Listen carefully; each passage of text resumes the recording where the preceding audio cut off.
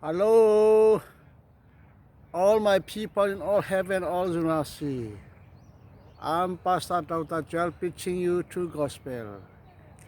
Islam, Hindu, Buddhist also preaching Amen Master in someday. 92% of our Christian church and our Christian organization also preaching Amen Master in someday because of Adam's sin. That's why God sent His Son Lord Jesus Christ to die for us. If you believe in Him, we can live billions years, trillions years in our millions of universe.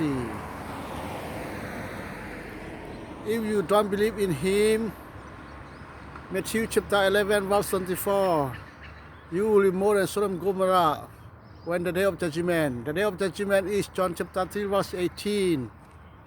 Because they don't want to get the salvation of Jesus Christ, preaching to every church, and they don't believe Jesus Christ also. That's why they have already condemned.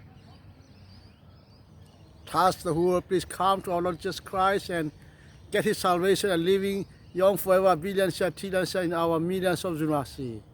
May God bless you.